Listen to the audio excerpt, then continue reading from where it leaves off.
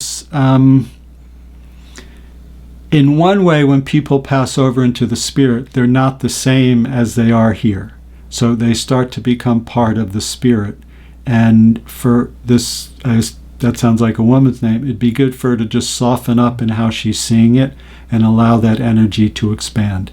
If she were to look at it and understand that the way the spirits come in, it would be more like their positive qualities.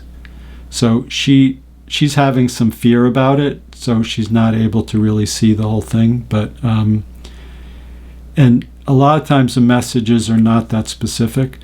So the idea is to sort of let the energy come in. There is a message in there from her grandmother.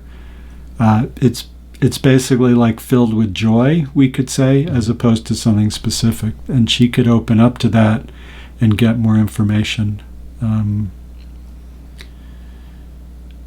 So the negative powers, or whatever they're called, like to block our spiritual awareness, because their job is really to maintain the physical level.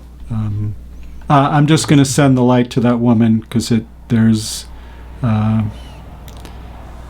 looks like I would say her liver's a little out of balance. That's affecting, so the fear a lot of times affects the liver, so she could just let some of that go. That's what I would say.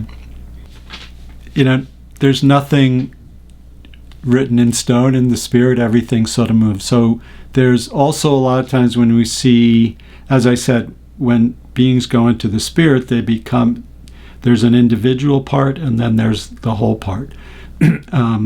Sometimes we see people in the spirit and it's really just that person, because that's how the spirit wants to communicate to us.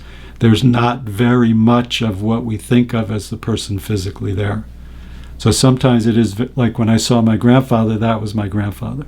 But a lot of times it's more like a general message from God that God loves us, and that love is quite remarkable and healing. So it is definitely everything's okay in a way, and you're loved. That part is a big part of every message. And so for this woman, she can let go of that fear and if she remembers her grandmother, that love that her grandmother has for her, that would be a way to connect to it more, instead of trying to look at it with your mind and figure out, is it right or is it wrong?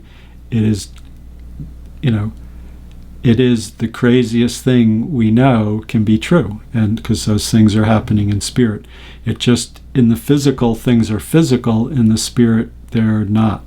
So we're trying to define it in a way, and in the way I said, like Jesus was just a light body, there's some wisdom in there. So there would be an image of her grandmother, but there's also the light that's around her. Her grandmother's trying to help her heal from something also. So that is something that's definitely real.